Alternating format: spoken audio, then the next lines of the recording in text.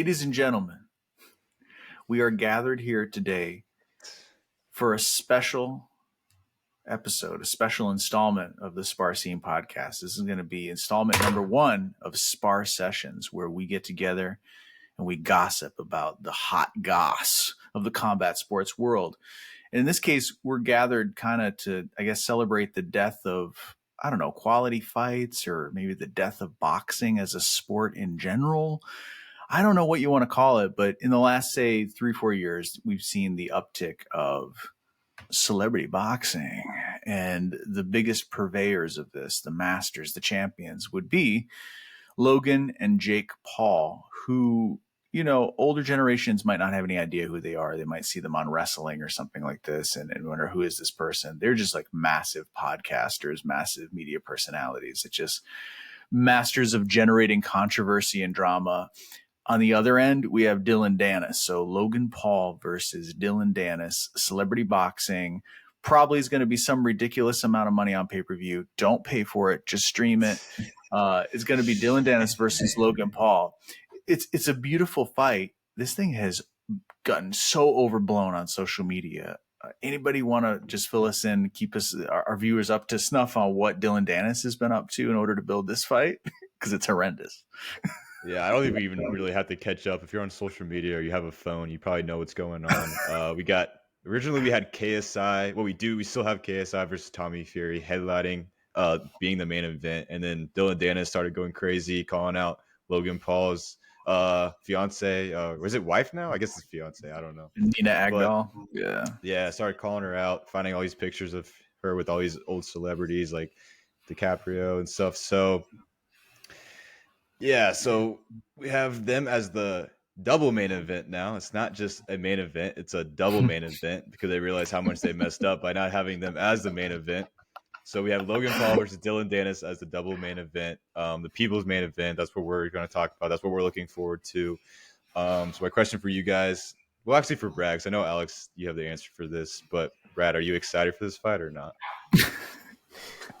So here's the thing. I'm a bit of a, I wouldn't even say a casual, but I'm not up to speed with the whole social media, trash talking that's been going on. I keep up with a little bit, but I don't get too much into the weeds of it.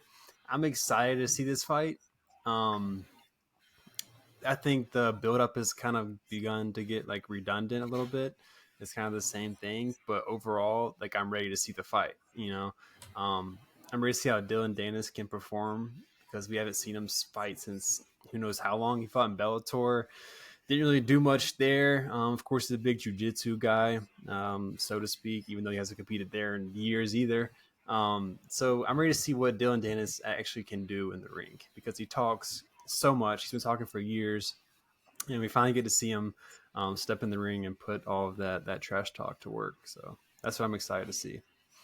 That is a big question I think we got going into this. And with Dillion Danis, he's not a guy that we have a lot of tape on. Like, he had his Bellator run. I think he had 2 or 3 fights, but they were slow building him. Scott Coker was slow building him big time and just giving him kind of, no offense to anybody, some cans to feed on, some cans to crush. And he would immediately shoot for an Imanari roll, to a leg entanglement, to a heel hook. Not once did I ever see him press the pace on striking. It's not that he can't do it. I don't know if he can. What makes this so intriguing for me is that with his other opponents, with Logan Paul, for instance, the illustrious pugilist Logan Paul, we have footage. He had his exhibition against Floyd Mayweather, which was so bizarre, which I have a weird theory about all these fights, guys. You see like Anderson and Nate and all these people fight these guys.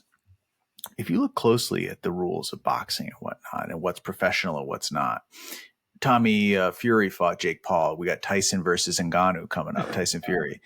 If you look closely at the rules, they're not doing a true contest always under the rules. They're doing like an exhibition. And a lot of times, I don't think us as the spectators are allowed to see the contracts, because if we did, we probably wouldn't buy it, because in the contracts, a lot of times they'll say no knockdowns.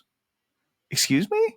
This is a boxing fight. How else are you going to win? You're going to win on like accumulated volume and a trite of weapons? That's not what people came here to watch. They didn't come here to watch Lomachenko. Like, they came here to watch drama, big drama show. Like, so to me, it does make me wonder sometimes how much of the outcome is not necessarily predetermined. That's not what I mean. It doesn't need to be predetermined because it's too obvious already. Like Logan's so big, he's so athletic.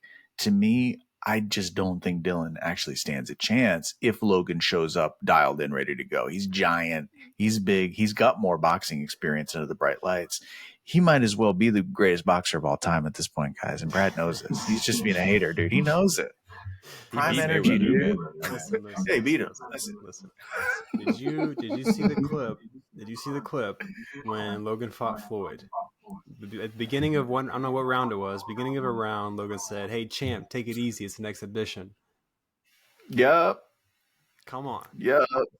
Come on. And This then was- he's going to go and tell the whole world he went 12 rounds, whatever it was, with the best boxer ever. And he says he won, but, you know, we all know the truth of that. But still, he gets to brag and say, I went the distance with the best ever in Floyd Mayweather. When he's telling the guy before the round starts, take it easy, champ. It's an exhibition. The dude's so full of himself, man. It really burns me up, but I don't know. I'm hoping with everything in me that Dillion Danis can come through Saturday night. I hope he can. Wow. Because if he can't, we're going to hear the end. Or we're going to hear it for months on end. Now Logan's still the best boxer ever, and he has the #1 podcast in the world apparently as well too. So. I think the big question too is, especially since this is the MMA podcast and we probably have MMA people watching this, but Dillion Danis, like he stayed relevant because of the way he's been talking online, and like this has made him extra more relevant. If he loses this fight, he's gonna lose a ton of fans. No one's gonna care about Dillion Danis anymore. So this is a big risk for him. I think people are like, oh, he's becoming more famous or get more opportunities after this. He said on the Ariel show he wants to find the UFC. He's getting older now. I think he just turned 30. So I think he has way more to lose in this. I think Logan has already kind of like got his chunk of the loss, right? Making fun of his wife. If he loses this fight, then whatever. He has all these kids wanting to buy Prime. He's going to figure it out. My question, like for you guys, and I kind of want to talk about is, if Dillion loses, like, do you care about him anymore? Like, would you want to see him in the UFC? Would you want to see him in Bellator? I mean, I personally, I wouldn't mind seeing him because I want to see him fight MMA. I would love to see him fight jiu-jitsu, but I think he's kind of past that. But yeah, what do you guys think?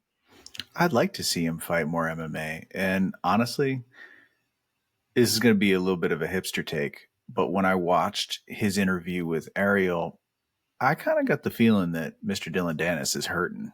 He's like hurting mentally. I think he's probably suffering with some stuff, maybe some addiction stuff, maybe some problems. Remember, he had that issue out on that porch maybe 6 to 8 months ago. Remember, he got taken down by a bouncer and all this stuff happened. Remember that? He got his back taken, and it was this weird, just like the kind of drama that I don't like to see from anybody. And I respect everybody, man.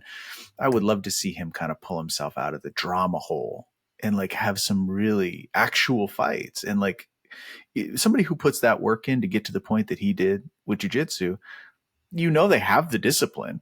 The question is, can you put it into play? And, you know, the question is, what happens if he loses? Well, guys, he can't lose. Okay. Because remember, in the post-fight brawl after the Conor McGregor loss to Khabib, all Dillion had to do was just 1 or 2 punches to Khabib, and Khabib was panic wrestling. He was terrified for his life. 155-pound goat. He was terrified, panic wrestling, just to try to escape those hands, those fleet hands. No, I'm kidding. Listen, I think that his career is definitely going to be in a really tough spot if he does lose, especially if he gets KO'd. If he gets KO'd and flatlined, if it's kind of like a close decision, salvage a little something out of that. Or does he? If he loses, I think there's always it's Logan Paul. Like he's juiced, he's been training longer than I have. I'm a jiu-jitsu guy, all these excuses, right? So he can still, I think, get by with it. Speaking of that, do you think Logan is juiced to the tits, or is he just a freak athlete? What's your guys' opinion on that? I think he's on something, but I don't think it's like extreme. If you've seen it, people on, the good stuff, they're a little more jacked. They're bigger than what he is, and you can tell. I think he's on something, whether that be just like peptides or, doing a smaller dose of something, a smaller cycle. I think he is on something. They're doing drug testing. I don't know if they've even done it. It's supposed to be random, but Logan set up the drug testing. So like kind of like back to the contract talk. I mean, this is all like this is called the Prime card. Like who owns Prime? Logan. So there's always a lot of conspiracy theories about stuff, but I do think yes, he's on something. Will they pick it up? No, because he's basically running the drug test. I don't know. What do you guys think? He's on the gear. And here's how I know though, is because the WWEF, whatever you want to call it, when people join that organization, you'll see him before and after. And once Papa Vince gets his claws in you with that new pencil shin mustache he's got, oh my God. Since that merger of WWE and UFC, I've never been more worried as an MMA fan about the legitimacy of the sport. I really hope that we keep these things separate. It's cool. You like wrestling. That's cool. You do your thing. But like, I don't want those two worlds to bleed together. I really don't want to live in a world where like UFC 400 is like Brock versus DC versus Stacy Keibler in a triple threat match. Like, I don't want to see this stuff. Like, I don't want to see that kind of like crossover. I'm fine. Just keep it separate. And here, I just get a feeling like you're saying, I think he joined that organization and became a part of the wrestling. And afterwards, all of a sudden, his traps are just everything just got so thick and insane that, you know, you got to think about one thing with the juice that people don't realize. It's not always just the visuals, it's the recovery time. This guy recovers from nonstop. He tore his knee apart doing some kind of crazy high spot and wrestling. I think he jumped onto a table or something. He hurt his leg. This guy's right back at it. Like, he's also a young buck, but I mean, this guy's got all the money in the world. How crazy would it be if even the stuff with Nina is Logan approved? What if he's such a sociopath mastermind that he even knows how to make money off of that and we're all getting played? It's like, oh, let's hate on Logan and he's responsible for all of it. Sometimes I wonder, like you said, Prime's got the whole thing. Maybe I'm just a tinfoil hat guy. Oh, I mean, yes, I am. That's a good point. That's a good point. I feel like he's the kind of guy that'd do anything to get attention, which equals more money, right? I think him and his brother Jake are trying to like start a lot of talk between them two fighting each other. Which how crazy brother versus brother? They say they're not going to do it, but they hint at it. They argue on podcasts and act like it wasn't planned. But Jake will win. Yeah, 100%. But I think Jake's that far to get the attention, to get the money, and everything like that. It's just it's like you said, a little sociopathic, but. I think Logan's just a master manipulator. I think he's fake. I think he puts on an act to sell product, and this is what this is. This is a product. I will say, and I have to give a shout out to Dillion. He was a little more honest with Ariel and stuff, but you can tell he's. I don't think he's the greatest person, but he's real. Like what he's saying is like kind of like what he believes. Would I be friends with him? No, but I'm definitely rooting for him just because I'm not a big Logan Paul fan. I think Logan's fake. I mean, if he's when you like you said, when you join the WWE or whatever you want to call it, right? What do you say, WWF? It's what it used to be called, but then the WWF, which is the World Wildlife Fund, sued them. So. Had to change it. I confused for a second. Well, WWE, when he joined that, like, he got acting classes, he got drugs, he got the whole sphere of being an entertainer. So, yeah, I'm definitely rooting for Dillion in this. But yeah. He got indoctrinated, and that's part of the puzzle. But yeah, it's an exciting fight. One thing I will warn everybody before they tune in this weekend: if you do choose to buy it, great, it'll support them. If you don't, who knows? But here's the deal: I went to a bar to watch the fight between Jake Paul and Tommy Fury, which is his sole loss. And I got to tell you guys, if you're tuning in for one of these events, be prepared for interminably long, just pre-fight, post-fight. There's musical performances. There's like people dressed up as Justin Bieber juggling. It's like Cirque du Soleil. Like, the thing is so long. So just prepare yourself. It's going to be a long night. So I would say have the, Yusuf versus Barboza on one TV. You got some college football. You got this fight. You're going to need it. You're going to need it big time. I think it's like apparently the walk time they're saying is like 5:30 p.m. Eastern time. But that's good.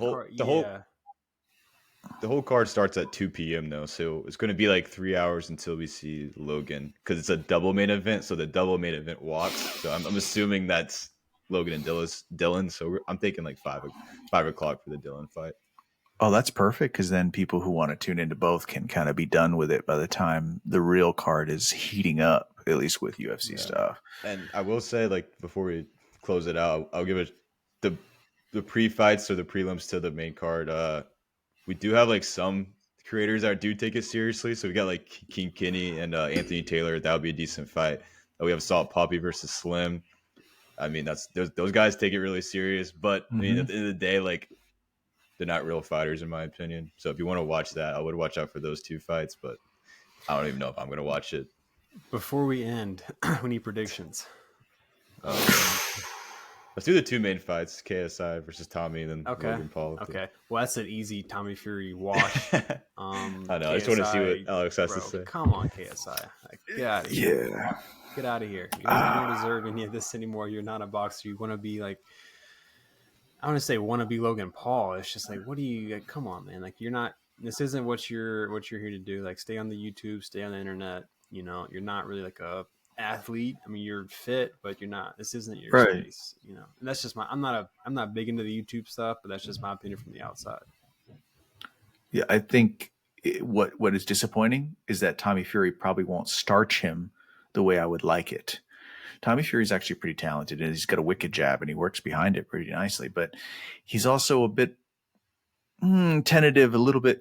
It's so weird that he came from this family of royalty because, listen, man, Tyson's like a savage. The guy is a freaking savage. That guy is a legend. He's a living legend. I don't care what he says or does outside of the ring. There is no denying if you can knock out Deontay Wilder, nobody else can do this. Nobody else can do the things that he does. It's unbelievable. And he survived getting knocked down numerous times by Deontay. But Tommy's got that style. It's a little conservative.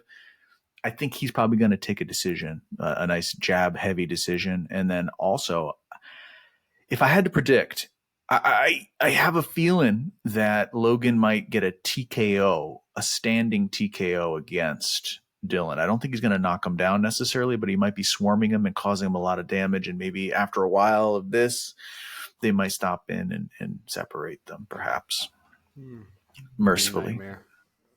No matter what happens, it is. Wait, Brad, did you no, I didn't say. I think I can see what Alex said. I can see that happening. Unfortunately, Same, yeah. I hate to say it. I can see it happening. I don't think Dillion has prepared enough for this fight as much as he should. I think Logan's been quiet. I think Logan's been training and taking it seriously because he's not going to embarrass himself.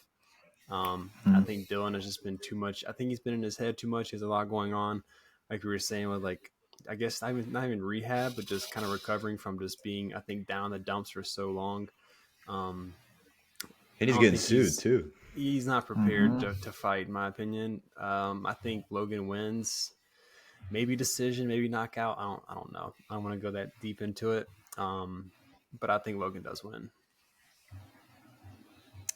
Yeah, I'd have to agree. I'd agree with both you guys. I think Logan's just going to kind of toy around with him. I think he's going to maybe take it to 3 rounds. Then from there, he might try to go for the finish.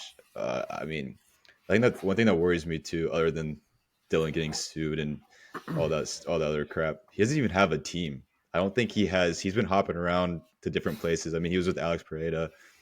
Wait, I mean, where's his camp? You know, like, where's this guy? This guy's hopping around training. He was fighting with Aiden Ross at some random gyms. So I think that would definitely worry me. I don't think he's taking it as serious as he's giving it or acting like he is. So I'm definitely going Logan with that one. And then for KSI versus Tommy, I mean, I'm obviously going to go with Tommy, and I would hope he get a finish. I feel like it's not embarrassing if he doesn't get a finish, but if he's improved since the Jake Paul fight, I think he should get a finish against KSI. I mean, KSI did not look good in his last 2 fights. He's a part-time boxer, in my opinion. So I think Tommy really has to get a finish in this fight. That's just my opinion, though. So, yeah. So I think we all have the same picks. Nothing really interesting about this. Do the opposite. Yeah, I thought about like trying to say like I don't like KSI or Logan Paul, so I don't even want to pick them just for the show. So yeah, I think they're So, but yeah, that pretty much closes it out for this episode. This is one of our first episodes called the Spar Session, so we just kind of like talk about something fun. Make sure to check us out on Spotify. It might be hard to find since we just made it, but if you type in Spar Scene, you can check us out. Also, check us out on Instagram at Spar Scene. And then obviously for the YouTube channel, go ahead and like and subscribe. Give us a comment if you guys enjoy it. We've seen a little more comments since we've started. It's kind of helped us give us some more ideas and stuff like that. So if you're watching this and you want to give us some ideas or how we could do better, yeah, go ahead and let us know. But yeah, peace out.